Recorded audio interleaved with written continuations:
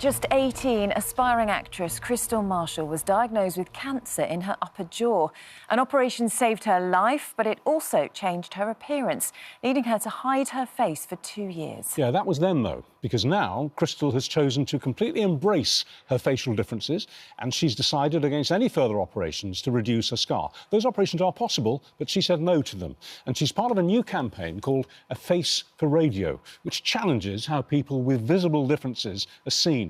Crystal, then talk us through your journey, because you were diagnosed with cancer back in when you were 18 and had to have this operation. How did that come about? How did you feel at the time?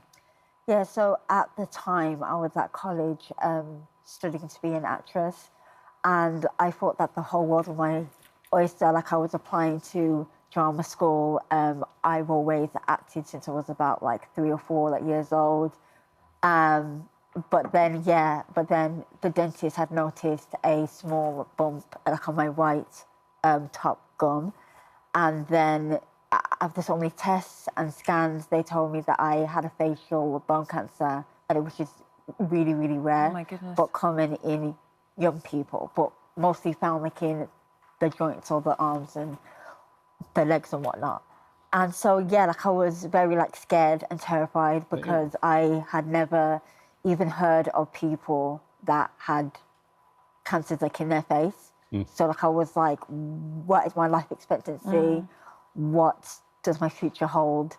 But what I knew is that probably I could never act again, because I didn't really see anybody like me in TV or media or anything like that. And if I did, it was a negative portrayal or a pitying portrayal. But then I'm here now, with the help of changing faces. Well, just take us through that. Yeah. Because we said in the introduction there that you spent, after you had the operation, which saved your life, obviously. Yeah. Here you are today at 36. Yeah. But you spent 2 years just basically hiding. Yeah. Just talk us through that. What do you mean? Do you mean you just didn't go out? Yeah. I bought a wig that had covered half of my face, literally, because I was so scared and ashamed of who I was.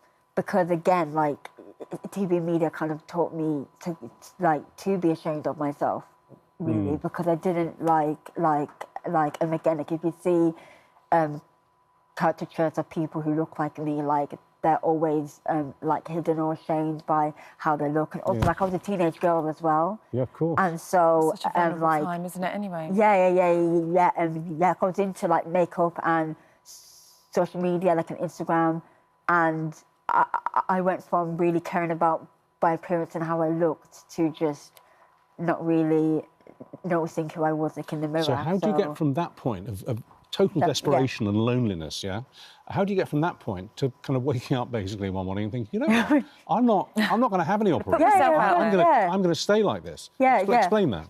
So I was an assistant stage manager at my local theatre in Birmingham for about 2 years. Right. And then I just had an epiphany. I saw all of my friends on stage just having fun, and I remembered when I was younger, I had so much fun on stage and everything. And so I was like, you know what, who told me that I could not act? And I kind of realised that the person who told me that is me.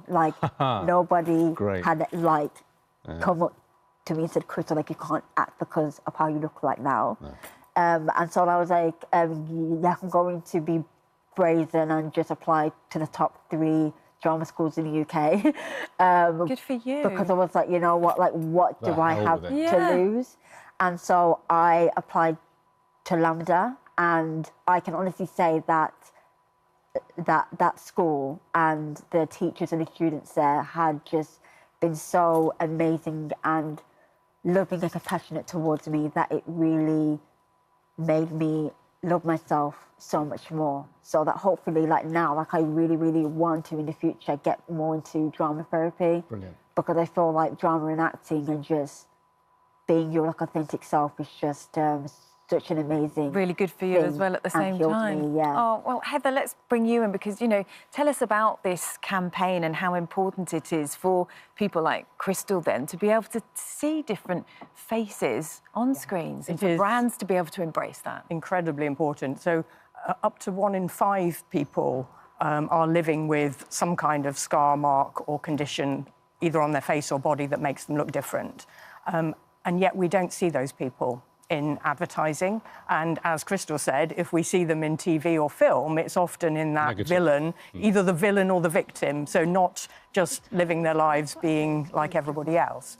So, and that contributes to, as Crystal said, people feeling that they have to hide or be ashamed.